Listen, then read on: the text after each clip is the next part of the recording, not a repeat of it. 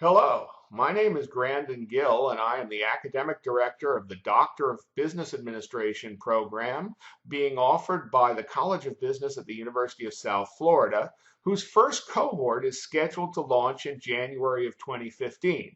This is the fourth in a series of videos I've created to describe the program, and in this video we're going to look specifically at the admissions requirements. Now, as we go over these requirements, the first and most important is that you must have at least 12 years of work experience, and at least 5 of those years must be at senior management or executive levels. We hold this program to a very, very high standard of professionalism, and we will not compromise on this particular requirement. So if you do not have the necessary years, we encourage you to think about the program and apply when you do have them. Now, the second thing we require from everyone applying is a statement of purpose. And the idea behind the statement of purpose is we want you to explain why it is that you want a DBA degree.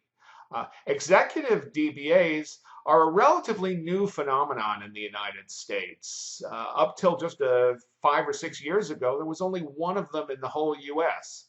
And as a consequence, it's not always clear why an executive would want a degree like this. We want to make sure that you understand what you're getting in for and what the benefits and costs will be of pursuing this degree. And so that should be the focus in your statement of purpose. Now, like the statement of purpose, we also require an interview with faculty members. And the purpose of this interview is twofold. The first is for us to get a sense as to whether or not you're going to be a good fit with the program and whether or not you're likely to make it through. Typically, these executive DBA programs have a very, very high completion rate, 80 to 90%, compared with well under 50% for typical PhD programs. But part of that is because we choose the right people. Now, the second reason for the interview is for you to get a sense of us, because a big part of the fit process is making sure that you understand who's going to be teaching you and what you're going to be learning in this program. Because, as I say, these programs are relatively novel.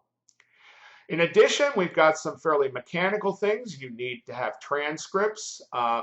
We do not require a master's degree, but we expect you to come in with some graduate credits. Usually we're looking for about 18 graduate credits. If you don't have those graduate credits, we can talk about a provisional admission and possibly where you might go about acquiring the necessary credits. But once again, we need to keep our DBA program strictly in sync with our PhD program, which requires 90 credits. And there are only 72 credits in the actual DBA program. So we like to see those other 18 credits coming from somewhere.